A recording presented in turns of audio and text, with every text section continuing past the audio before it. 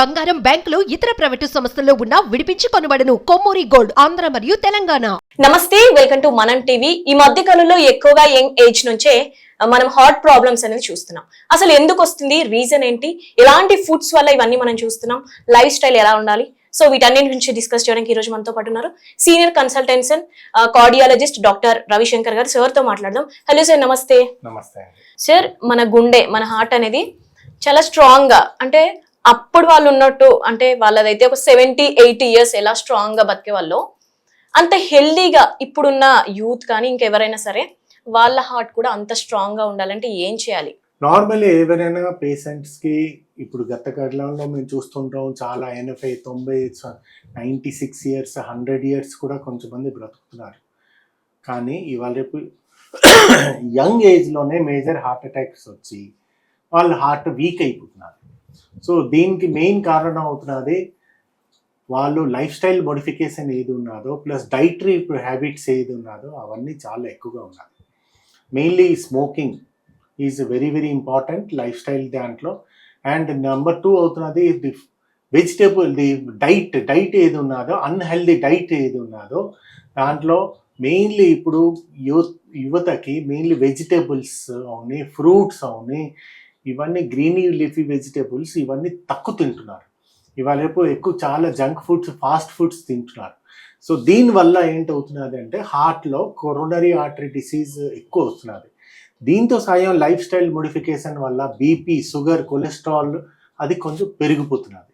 So ముందు గత కాలంలో ఒక 50 ఇయర్స్ బ్యాక్ ఎంత బీపీ, షుగర్ ఉన్నదో ఇవాళ రేపు చాలా ఎవ్రీ ఆల్టర్నేట్ పేషెంట్కి కూడా బీపీ ఉంటున్నది. ఎవ్రీ 3-4 పేషెంట్స్కి కూడా షుగర్ వస్తున్నది. So India is a diabetic capital, India is a hypertensive capital. ఇవన్నీ హోల్ వరల్డ్లో వీళ్ళందరికీ బీపీ, షుగర్ కూడా ఎక్కువ అవుతున్నది. దీనివల్ల ఏంటంటే కొలెస్ట్రాల్ లెవెల్ కూడా ఎక్కువ అవుతున్నది. ఇవన్నీ వల్ల పేషెంట్స్కి హార్ట్ అటాక్ జబ్బు వచ్చి హార్ట్ వీక్ అయిపోతున్నది. సో సుమారుగా 90 ఇయర్స్ బ్యాక్ ఏది ఉండేదో ఇప్పటికి చాలా చాలా మార్పు వచ్చింది. ఓన్లీ ఫుడ్ వల్లే అంటారా? లేదు, అన్ని. ఫర్ ఎగ్జాంపుల్ మేము తిన్న తిండిలో కూడా పొల్యూషన్స్ ఎక్కువ ఉన్నది, పెస్టిసైడ్స్ ఎక్కువ ఉన్నది. పొల్యూషన్స్ ఏది ఉన్నదో బయటలో మేము ఊపిరి తీసుకున్న దాంట్లో కూడా పొల్యూషన్ ఉన్నది. Pollution also, air pollution also one of the important for the heart attack. నీరు తాగుతున్నామో దాంట్లో కూడా పెస్టిసైడ్స్ ఉన్నాయి. ఫ్రూట్స్ ఏది తింటున్నామో, వెజిటేబుల్స్ ఏది తింటున్నామో దాంట్లో కూడా పెస్టిసైడ్స్ ఉంటున్నాయి.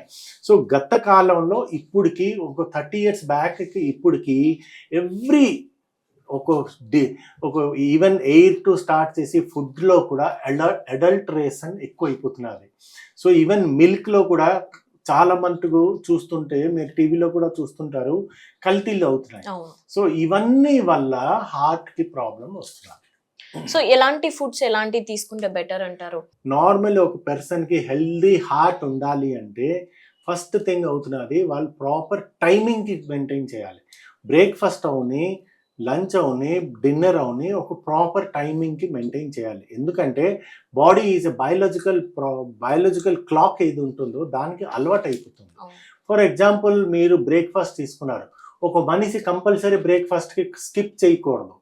బ్రేక్ఫాస్ట్ ఏది తీసుకుంటున్నారో బ్రేక్ఫాస్ట్ తీసుకుని 8 o'clock తీసుకుని 1 o'clock లంచ్ కూడా తీసుకుని, and dinner is very important. With-in 7 o'clock లోపల మీరు తీసుకుంటే, ఎర్లీ డిన్నర్ తీసుకుంటే అట్లీస్ట్ నిద్రకి, బెడ్కి అంటే పడుకోవడానికి at least 1.5 hour to 2 hours gap ఉండాలి. సో ఇమ్మీడియట్గా తిన్న తర్వాత ఇమ్మీడియట్గా పడుకుంటే బాడీ మెటాబలిజం అవదు. దానివల్ల ఏంటంటుంది, మీరు తిన్న అంతా కొలెస్ట్రాల్ అవుని ఫ్యాట్ డిపోజిషన్ అయిపోతుంది. సో ప్రాపర్ ఫుడ్ ఏది ఉన్నదో టైమింగ్స్ ఈజ్ ఇంపార్టెంట్. నెంబర్ 2 అవుతున్నది more of vegetables, more of fruits ఇవన్నీ మీరు తీసుకుంటే more of protein and less of carbohydrate and less of fat and cholesterol మీరు తీసుకుంటే ట్రాన్స్ ఫ్యాట్ ఎసిడ్స్ ఏది ఉన్నదో అవన్నీ very dangerous to the heart. So ఇది ఎంత మీరు తీసుకుంటారో, ట్రాన్స్ ఫ్యాటీ ఎసిడ్స్ అంటే మీరు ఎంత ఫాస్ట్ ఫుడ్స్ ఉంటారో, ప్యాక్డ్ ఫుడ్ లైక్ చిప్స్ అవుని, ఏదైనా ఎనీ ప్యాక్డ్ ఫుడ్స్ లో ట్రాన్స్ ఫ్యాటీ ఎసిడ్స్ ఎక్కువ ఉంటాయి. దానివల్ల హార్ట్ అటాక్ ఎక్కువ వస్తుంది. అయితే జెనెటికల్ గా కూడా మనకి హార్ట్ ప్రాబ్లమ్స్ వచ్చే ఛాన్స్ ఉందంటారు సార్? ఎనీ పర్సన్ కి 2 విషయాలు జాగ్రత్తగా గుర్తుకుంచుకోవాలి. యంగ్ హార్ట్ అటాక్స్ లోని వాళ్ళ ఇంట్లో హార్ట్ అటాక్ ఉన్నదా లేదా, ఇంట్లో అంటే first degree relatives like father, mother, brother, వాళ్ళకి హార్ట్ అటాక్ వచ్చి సడన్ కార్డియక్ డెత్ అయ్యారా లేదా. నెంబర్ 2 అవుతున్నది జెనెటిక్ కాజ్. సో ఈ genetic cause also play important role in heart attack. Genetic role is there, but out of 100లో 10-15% genetic role ఉన్నది. అయితే మన ఫ్యామిలీలో ఎవరైనా ఇలాంటి హార్ట్ ప్రాబ్లమ్స్ వాళ్ళు ఉన్న వాళ్ళు నెక్స్ట్ మనకి వస్తుందని భయపడే వాళ్ళు ఎలాంటి ప్రికాషన్స్ ముందు నుంచే తీసుకుంటే ఖచ్చితంగా భయం పడాలి. ఒక పర్సన్ కి ఫాదర్, మదర్, బ్రదర్ ఎవరికైనా హార్ట్ అటాక్ వచ్చి సర్వైవ్ అయ్యారు అనుకోండి, ఒక మనిషికి వాళ్ళకి ఎవరికైనా మోర్ దెన్ 20 years అనుకోండి, రెగ్యులర్ చెకప్ చేయించుకోవాలి. రెగ్యులర్ కార్డియాక్ చెకప్ అంటే ECG, echocardiography, TMT, cholesterol test, sugar test అవన్నీ చేసుకొని కార్డియాలజీలో at least once in a year regular checkup చేయించుకోవాలి. ఎవరికి ఫ్యామిలీ హిస్టరీ ఉన్నదో, జెనెటిక్ హిస్టరీ ఉన్నదో వాళ్ళు ఖచ్చితంగా చేయించుకోవాలి. చేయించుకొని ముందు నుంచే prevention is better than cure అని, వాళ్ళకి కొలెస్ట్రాల్ ఎక్కువ ఉన్నదా, బీపీ ఎక్కువ ఉన్నదా, షుగర్ ఎక్కువ ఉన్నదా, ఇవన్నీ మీరు చూసుకొని దాని తర్వాత ట్రీట్మెంట్ కూడా స్టార్ట్ చేయాలి. అయితే జనరల్ గా డాక్టర్స్ కానీ ఎవరైనా జిమ్ కానీ ఇవన్నీ ప్రిఫర్ చేస్తున్నారు కదా, కానీ జిమ్ లో మనం ఎక్కువ కేసెస్ హార్ట్ ప్రాబ్లమ్స్ తోనే ఇదవుతున్నారు చూస్తున్నాం. సో జిమ్ చేయొచ్చు అంటారా, హెవీ జిమ్ అవాయిడ్ చేస్తే బెటర్ అంటారా? Anything excess is bad. ఒక బాడీకి ఒక బాడీ మాకు ఉన్నది, దాని ఏజ్ ప్రకారం, బాడీ ప్రకారం ఎంత మేము ఎక్సర్సైజ్ చేస్తే బాడీ కెపాసిటీ ఎంత ఉన్నదో అది ఒకటి తెలుస్తుంది.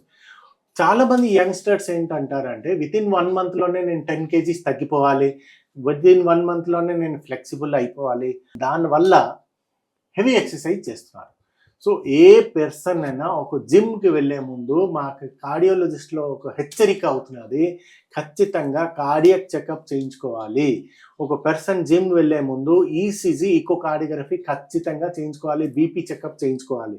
సో చేయించుకున్న తర్వాత డాక్టర్ సర్టిఫై ఇస్తారు, ఎస్ మీరు జిమ్ వెళ్ళొచ్చు, ఇంతసేపు చెయ్యొచ్చు, అది చేసుకోవాలి. నెంబర్ 1. నెంబర్ 2, ఇనీషియల్ స్టేజ్లో ఎవరైనా జిమ్ వెళ్తున్నారు యంగ్స్టర్ అనుకోండి, ఒక జిమ్ కోచ్ తీసుకోండి. సో దట్ అప్పర్ బాడీ ఎప్పుడు చేయాలా, లోయర్ బాడీ ఎప్పుడు చేయాలా, ఎరోబిక్ ఎప్పుడు చేయాలా, అది పూర్తిగా ఒక పద్ధతి ప్రకారం ఉండాలి. ఒక పద్ధతి ప్రకారం లేకుండా మీరు ఇష్టానుసారం జిమ్ చేసుకుంటే, హెవీ ఎక్సర్సైజ్ చేసుకుంటే అది ఆటోమేటిక్లీ హార్ట్ మీదనే ఎఫెక్ట్ అవుతుంది. సో చాలా మందికి మేము చూస్తుంటాం హెవీ ఎక్సర్సైజ్ చేసిన వల్ల దాని తర్వాత వాళ్ళకి సడన్ గా జిమ్ లో కూడా కొలాప్స్ అవుతారు. Yes, right, sir. Thank you. Thank you.